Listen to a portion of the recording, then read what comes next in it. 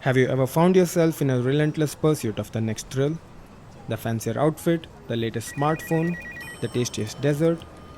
But no matter how much you get, it's never quite enough, isn't it? Hi there. Have you ever thought about why this happens? This phenomenon is called the pleasure paradox. In our journey to attain happiness through pleasure, we often find ourselves in a cycle of want and dissatisfaction. As soon as we get what we want, the novelty wears off and we are off chasing the next big thing. But what if I told you there's a way to escape this exhausting pursuit? Today, we turn to a fairly likely place for answers: Stoicism, a philosophy which may hold the key to a deeper, more meaningful form of happiness.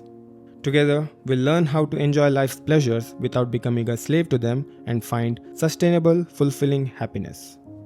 Pleasure is not a bad thing, but when we tie our happiness to the pursuit of pleasure, it often leads to a cycle of desire and dissatisfaction. Here comes Stoicism, advising us on how to escape this cycle and guiding towards a deeper, more sustainable form of happiness. Before that, let's understand, what does pleasure paradox really mean? Pleasure. When we talk about pleasure, we often think of experiences or sensations that make us feel good, like eating a delicious meal, binge watching a show, or even getting a massage. Naturally, we seek out these pleasurable experiences because they make us feel happy and satisfied, at least temporarily. This is part of being human, there is nothing wrong in it. However, have you ever noticed that when we chase after pleasure too intensely or too persistently, it often leads to a strange outcome? We don't end up feeling more satisfied nor happier. Instead, we feel more empty or even more craving. This is the core of pleasure paradox. It suggests that the more we pursue pleasure, the less satisfied we become. It's like trying to catch your shadow. The more you chase it, the more it eludes you. Now the question arises, what does Stoicism have to do with pleasure? You see, Stoics were masters in moderating the pursuit of pleasure and focus instead on living a virtuous life. You might wonder, does this mean Stoics are against pleasure? Not exactly. Stoicism doesn't reject pleasure outright. Instead, it warns against becoming attached to it or relying on it for our happiness. Stoics believed in enjoying the good things in life, but not becoming dependent on them. Think of it like this. Pleasure is like a beautiful bird that lands on your shoulder. You can enjoy its presence, but you should not try to grab it or make it stay, because naturally it will fly away, and that's okay. Your happiness shouldn't be reliant on whether the bird stays or leaves. In other words, enjoy the pleasure when it comes, but don't hinge your happiness on it. Stoicism helps us to detach our happiness from external things that are beyond our control, like possessions, reputation, or other people's opinions. Instead, it encourages us to find happiness within ourselves and in our ability to live in accordance with virtue, being honest, fair, generous, and kind. The one tool. In the grand theater of life, Stoicism places a curious tool in our hands. Picture this: a capsule, slightly bitter to the taste, but its effects are transformative. It's the power of premeditating potential evils. The premeditation of evils, or negative visualization, is a form of mental practice where one visualizes possible negative outcomes or challenges in life.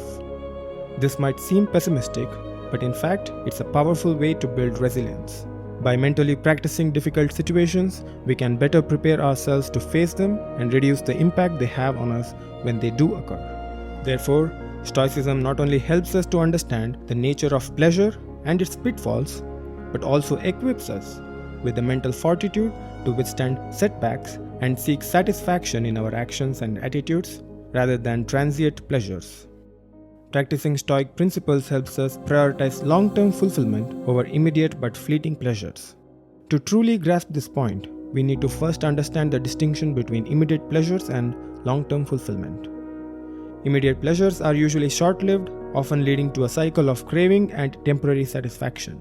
Keyword being temporary. On the other hand, long-term fulfillment stems from achieving meaningful goals and personal growth, which offers a more sustained sense of satisfaction.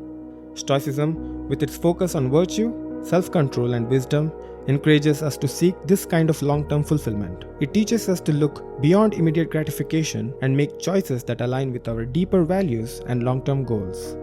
By doing so, we navigate the pleasure paradox and cultivate a more enduring sense of happiness and satisfaction. Stoicism teaches us the value of contentment over possession, helping us escape the relentless pursuit of more. This point is about understanding the difference between wanting and needing, and recognizing that more possessions doesn't necessarily equate to more happiness. This is a fundamental principle that addresses our society's rampant consumerism. It encourages us to find contentment in what we already have rather than always seeking more. Make no mistake, it isn't about completely refraining from buying new things or upgrading our lifestyle. Instead, it's about mindful consumption and understanding that material possessions are not the key to genuine happiness. By cultivating this mindset, we can escape the relentless pursuit of more and instead focus on appreciating what we have, helping us overcome the pleasure paradox. I truly believe the key takeaway is, as we search for happiness, let Stoicism be one of our guides, helping us navigate the deceptive maze of fleeting pleasures. The real treasure isn't found in temporary joys or shiny things, but in lasting contentment, personal virtue, and mindful living. So, let's shift our focus, aim for these sustainable, enduring joys. Keep growing, keep evolving.